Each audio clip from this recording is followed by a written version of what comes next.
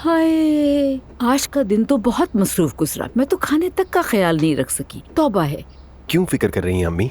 मैं भी restaurant phone करके खाना मंगवा लेता हूँ। हाँ मुस्तफा, ऐसा करोगे तो अच्छा होगा। मेरे प्यारे शौहर, तुम्हें तो सबका ख्याल है।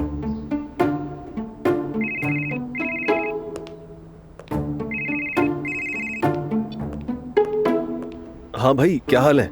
ठीक हूँ भाई, आप सुनाएं, आप कैसे हैं? शुक्र है अल्लाह का। क्या तुम ऐसा कर सकते हो कि हमें रेस्टोरेंट से कुछ खाना भिजवा सकते हो? हम घर पर हैं। बिल्कुल भिजवा सकता हूँ भाई। कितने अफराद का खाना भिजवाना है? ऐसा करो, 10 अफराद का ले आओ। ठीक है, अभी तैयार करके ले आता हूँ भाई।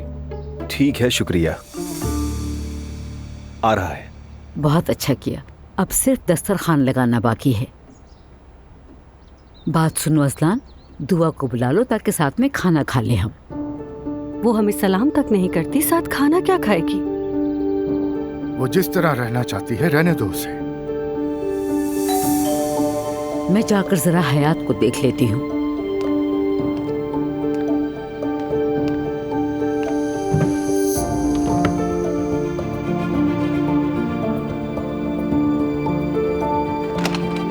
अस्सलाम वालेकुम भाभी।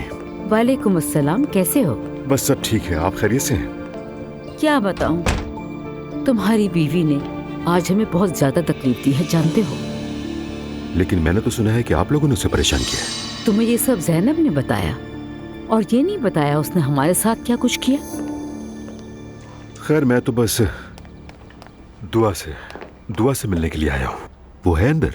वो ऊपर है, कमरे में खुद को बंद कर लिया उसने।